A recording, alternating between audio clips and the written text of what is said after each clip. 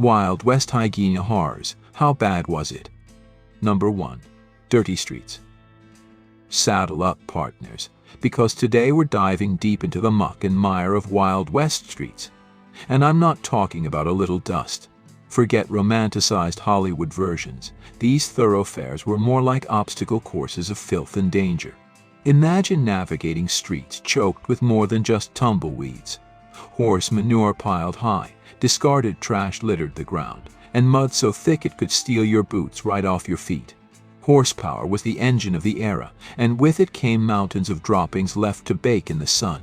There were no street sweepers here, folks. Garbage disposal meant tossing it out the window, creating a festering stew of refuse that attracted vermin and disease. This wasn't unique to one dusty outpost. It was the reality for nearly every frontier town.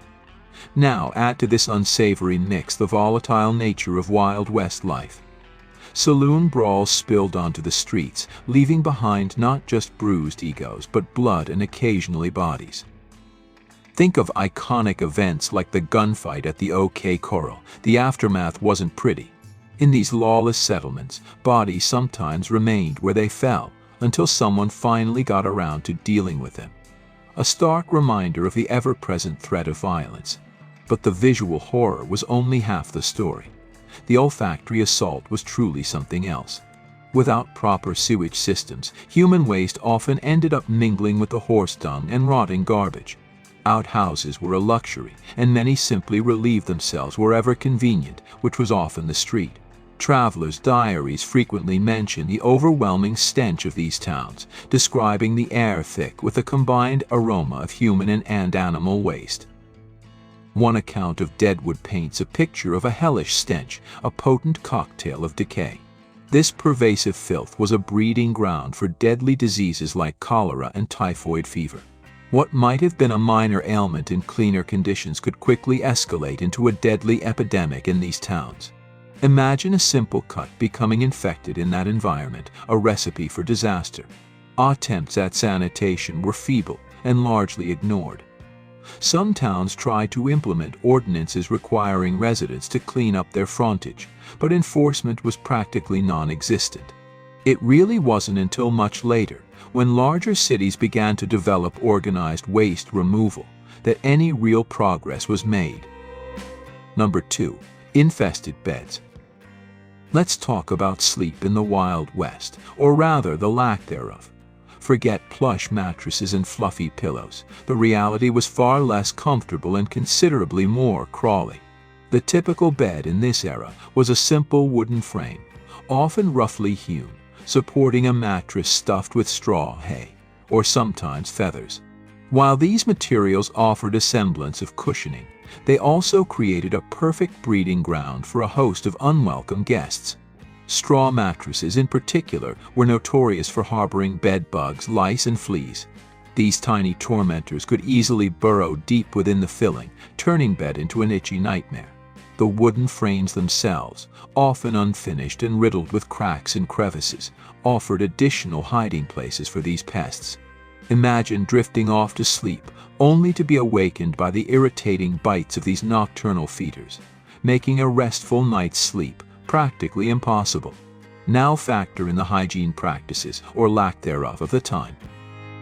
Bedding was rarely washed, sometimes going weeks or even months without laundering. This allowed infestations to flourish unchecked, turning a simple nuisance into a serious problem.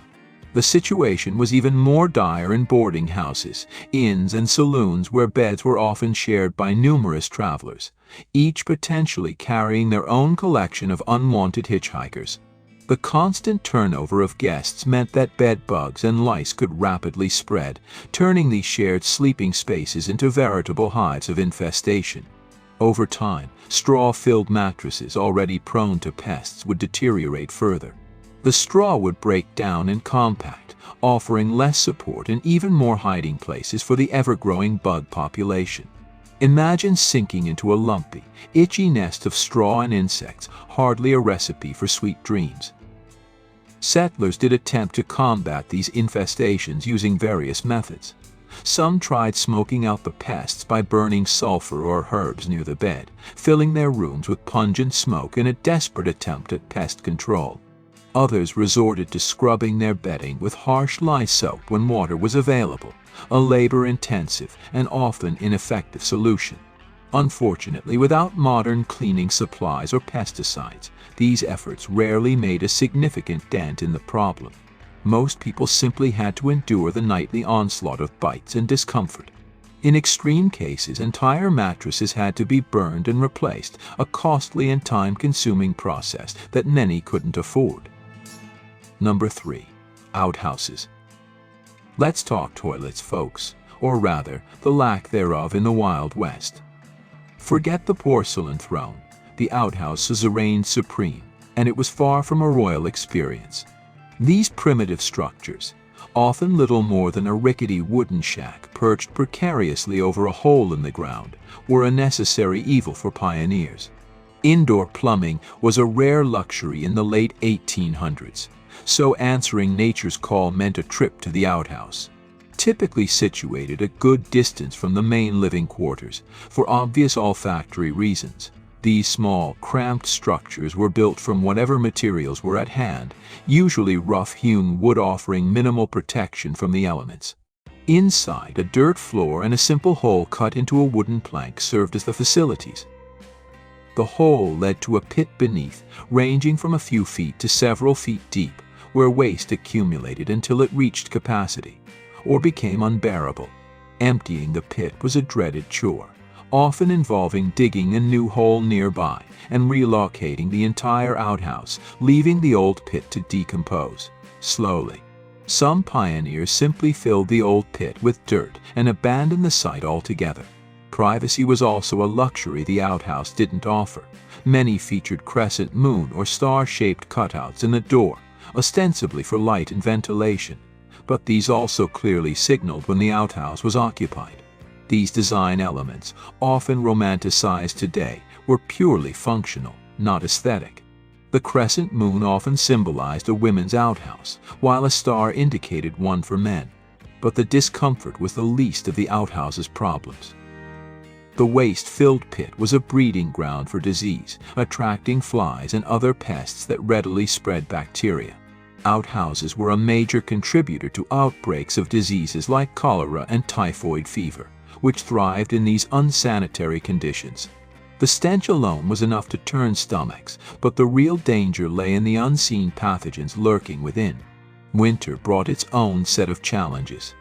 Imagine braving sub-freezing temperatures to visit a flimsy wooden outhouse offering little protection from the biting wind.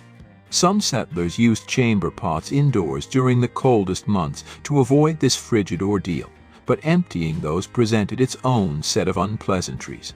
Outhouse designs varied depending on the region and available resources.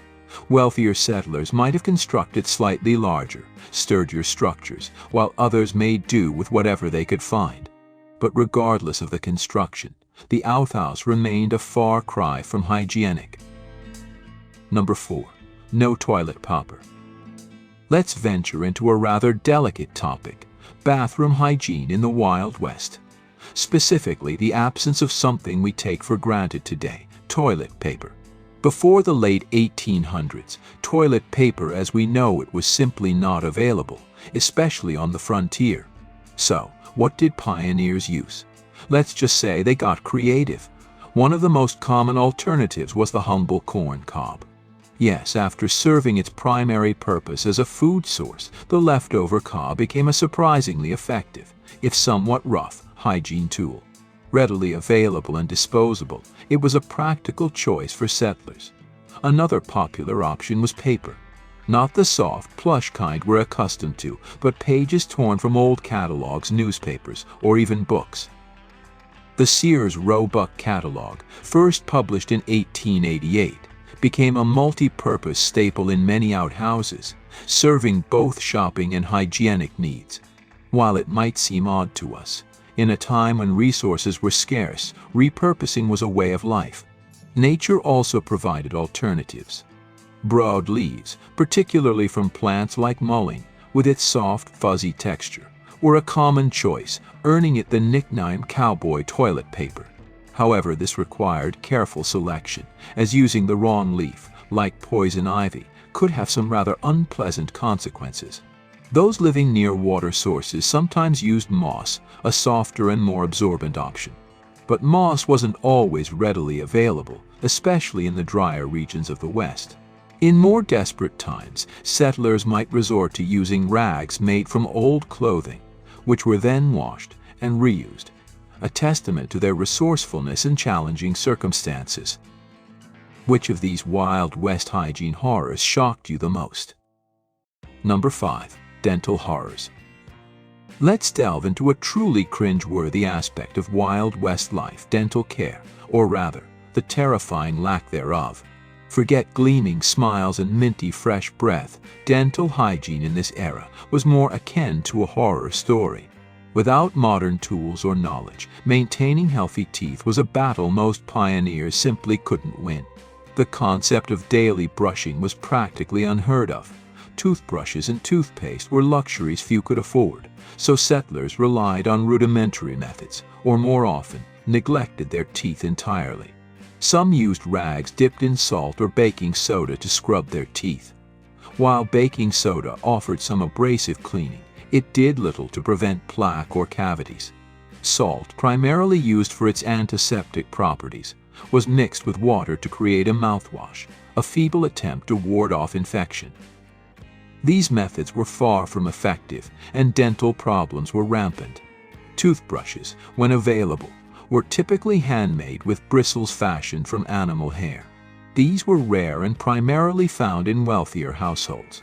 Most settlers made do with chewed sticks, similar to those used in ancient times. Sticks from trees like birch or willow were frayed at one end to create a makeshift brush, a far cry from the modern toothbrush. Dental emergencies were a grim affair. Toothaches, a common ailment due to poor hygiene, were often treated with whiskey or herbal remedies to numb the pain.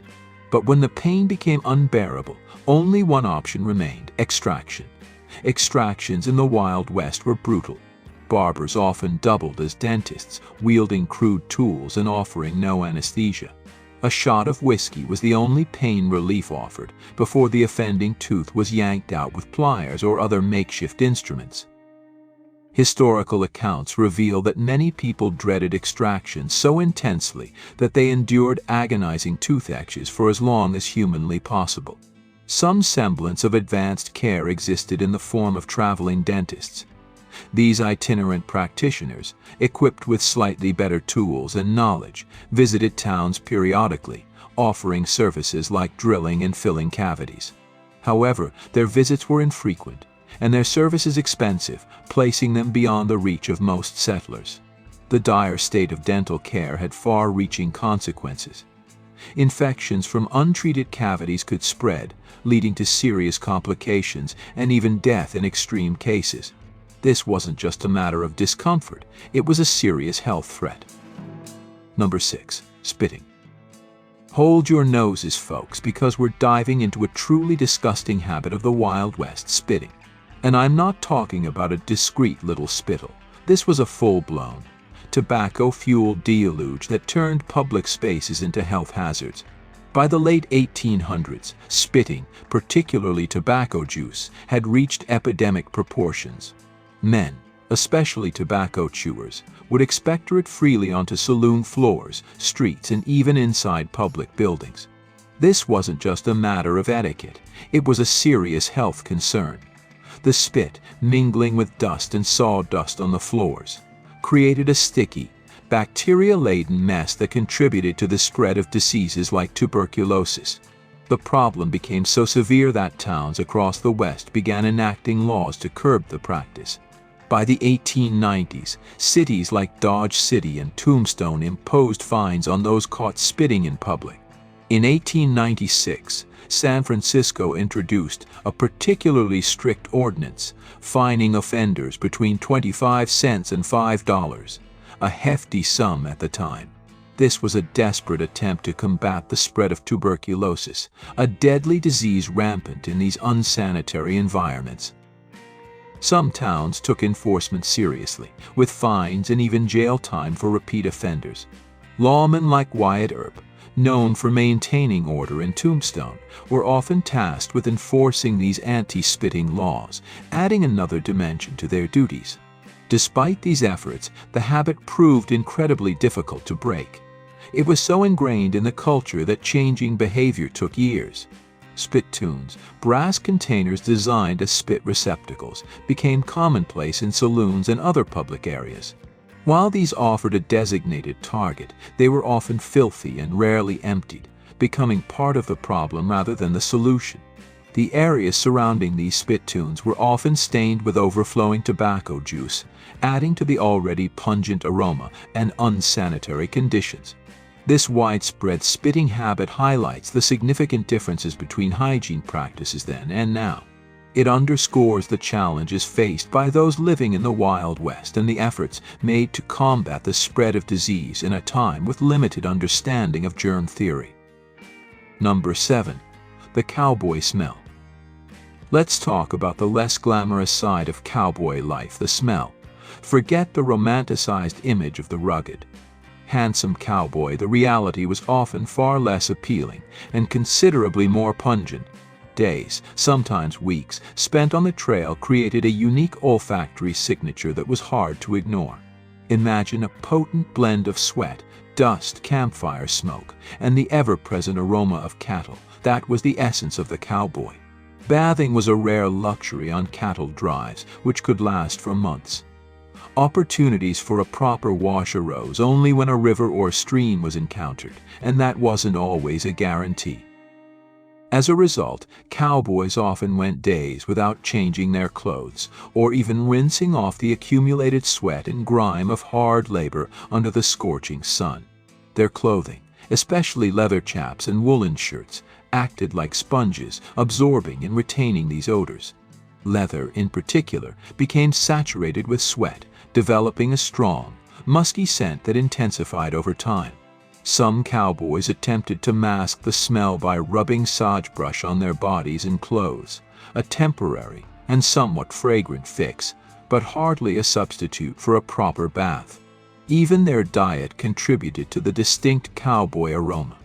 A menu heavy on beans, beef, and coffee didn't exactly promote fresh breath or pleasant bodily odors. Combined with the infrequent bathing, this created a powerful, lingering scent that was unmistakable. Number 8. Contaminated water sources. Water, a precious resource in the arid landscapes of the Wild West, often held a hidden danger: contamination. While essential for survival, water sources in this era were frequently polluted, posing a serious threat to the health of settlers and pioneers. What looked like a refreshing stream or river could be teeming with unseen dangers. Animal waste, human activity, and naturally occurring minerals often contaminated these seemingly pristine sources, making them unsafe for consumption. Cattle drives, a quintessential image of the Wild West, contributed significantly to water contamination. Thousands of cattle traversing rivers and streams left behind a trail of waste that polluted the water, turning a potential source of refreshment into a breeding ground for diseases like dysentery and cholera. Entire communities were sometimes decimated by outbreaks stemming from contaminated water supplies. Even wells, considered a safer alternative to open water sources, were susceptible to contamination. Shallow wells allowed surface pollutants to seep in, and proximity to outhouses or livestock pens further increased the risk. Settlers often fell ill after unknowingly consuming contaminated well water, a tragic consequence of the limited understanding of sanitation at the time. Mining towns faced additional challenges. Chemicals used in mining operations, such as mercury and arsenic used in gold extraction, frequently leached into nearby rivers and streams. This not only poisoned the water, but also had devastating long-term health consequences for those who relied on these sources for their daily needs. This contamination wasn't just a temporary inconvenience, it posed a constant threat to the health and well-being of entire communities. Got any other gritty Wild West details to share? Drop your knowledge bombs in the comments. Number 9. Bathing practices. Let's debunk another myth of the Wild West, the luxurious bath. Forget steaming tubs and fragrant soaps. Bathing in this era was a rare and laborious undertaking, a far cry from the pampering experience we enjoy today. In the 1800s, running water was a luxury few pioneers could afford. Bathing practices reflected the harsh realities of frontier life, where water was a scarce and precious resource. The process itself was a major undertaking.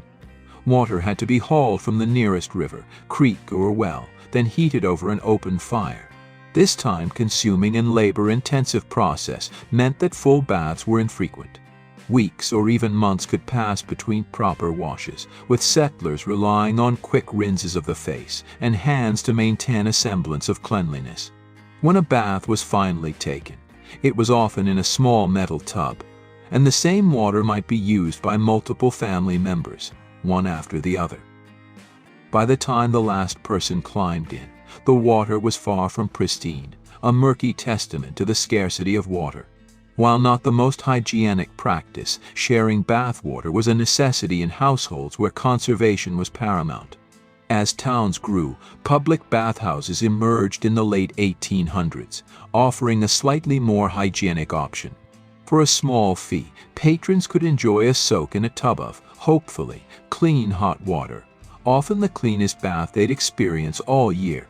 These bathhouses were particularly prevalent in places like San Francisco, catering to miners and laborers who could afford the small luxury. However, even these facilities were relatively rare, and most settlers continued to rely on their own rudimentary bathing setups. Number 10. Wild hair care. Hair care in the Wild West was, like most things on the frontier, a challenge. Forget fancy shampoos and conditioners. Maintaining even basic hair hygiene required ingenuity and resilience. Limited access to clean water and store-bought products meant that settlers had to improvise, using whatever resources they could find. For both men and women, the daily hair care routine often began with simple tools, combs fashioned from animal bones or wood. These were used not only for detangling but also, more importantly, for removing lice, a persistent problem in the dusty and unsanitary conditions. Lice infestations were so common that some people, particularly during the hot summer months, resorted to shaving their heads entirely. Washing hair was a luxury, especially in water-scarce regions. Weeks, sometimes months, could pass between washes. When hair was washed, homemade soap, crafted from animal fat and lye, was the cleanser of choice. While effective in removing dirt and grease, this harsh soap often left hair dry and brittle. To counteract this, some settlers used whiskey or natural oils like castor oil or bear grease to condition their hair and make it more manageable. Women with long hair faced additional challenges. Tight braids were a common style, helping to keep hair clean for longer periods and reduce the need for frequent washing. Some women used lavender water or other herbal infusions to add shine and mask odors, but these were considered luxuries. Despite the harsh conditions and limited resources, hair care remained an important aspect of life in the Wild West. It was a way for settlers to maintain a sense of normalcy and dignity amidst the challenging realities of frontier living.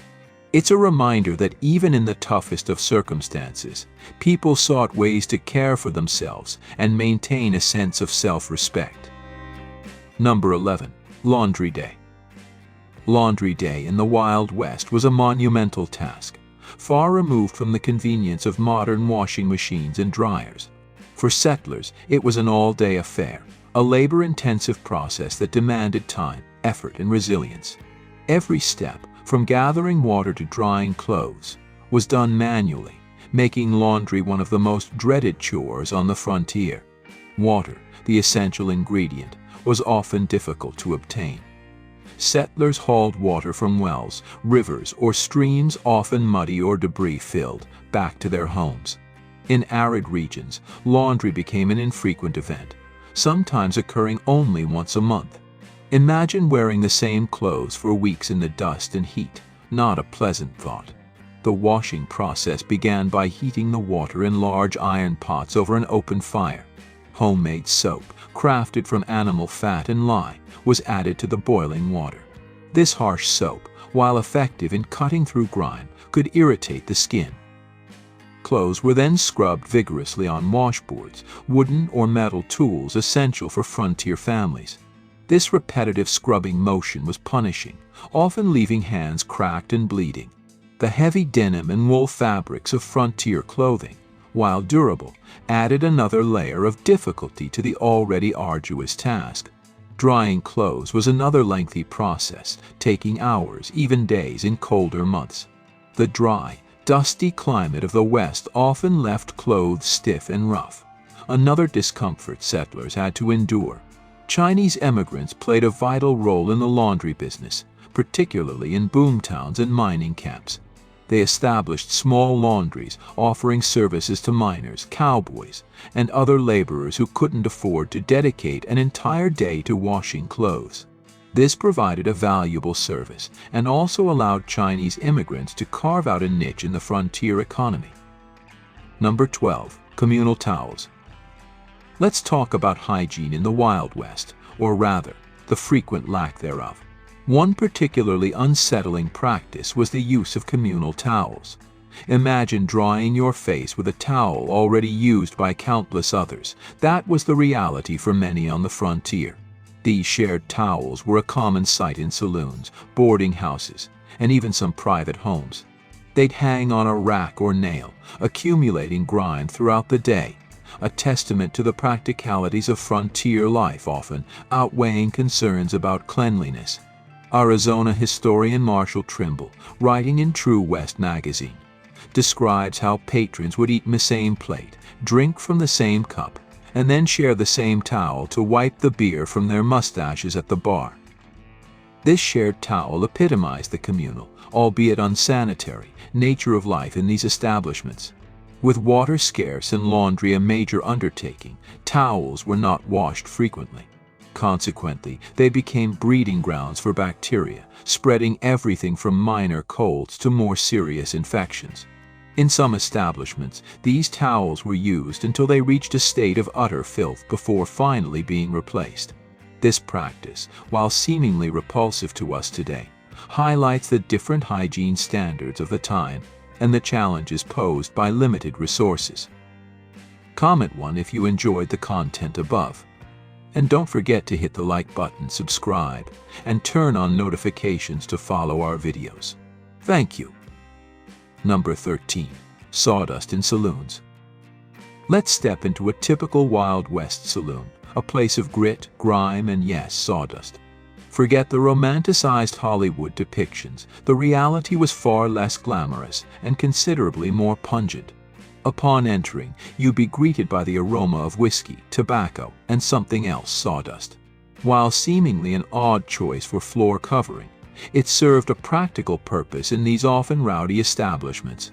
The sawdust acted like a giant sponge, soaking up spilled drinks, blood, and other, less savory, messes that accumulated throughout the day. Saloon floors were the heart of Wild West social life, where cowboys, miners, outlaws, and other colorful characters gathered to drink, gamble, and occasionally settle scores. With so much activity, spills and brawls were commonplace. The sawdust helped absorb these liquid messes and provided some much-needed traction on the otherwise slippery wooden floors. However, this practicality came at a cost.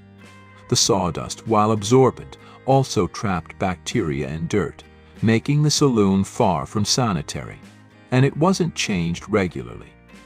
In many establishments, the sawdust remained on the floor for days, accumulating an increasing amount of filth.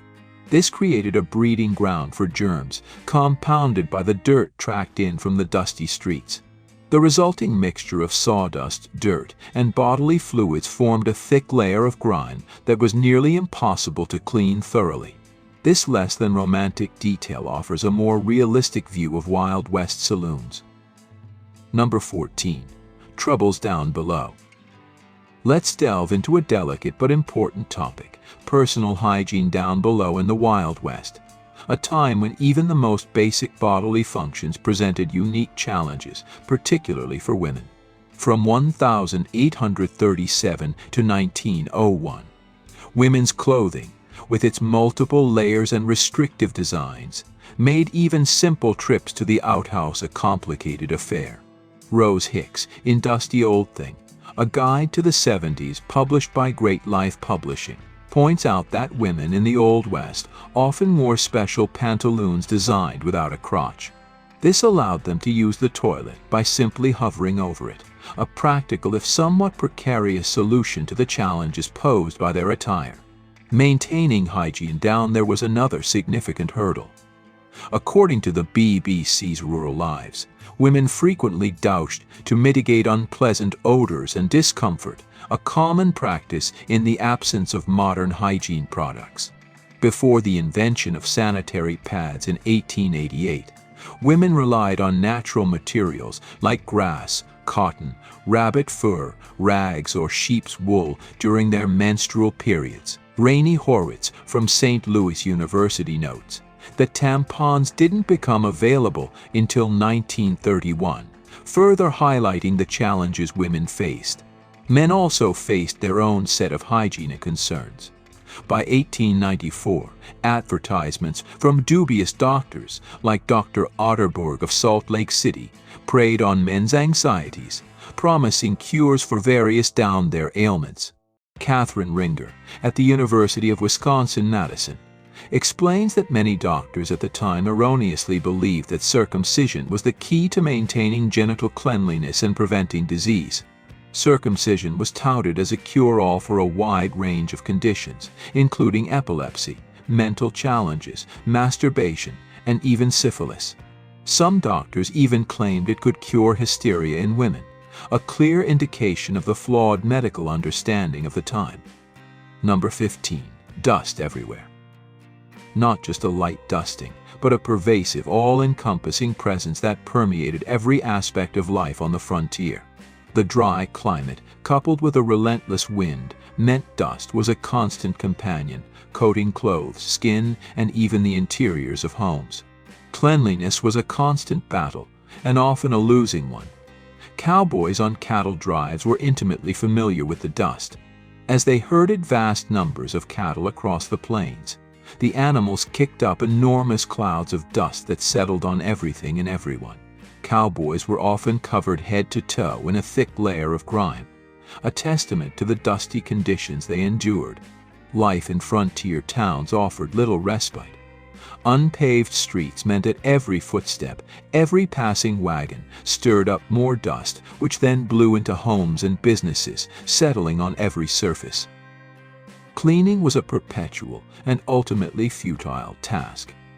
Even with daily sweeping, the dust was relentless, finding its way into food, water, and even beds, making life a gritty ordeal. But the dust wasn't just an inconvenience, it posed a serious health hazard. Breathing in dust day after day led to respiratory problems, often referred to as dust lung.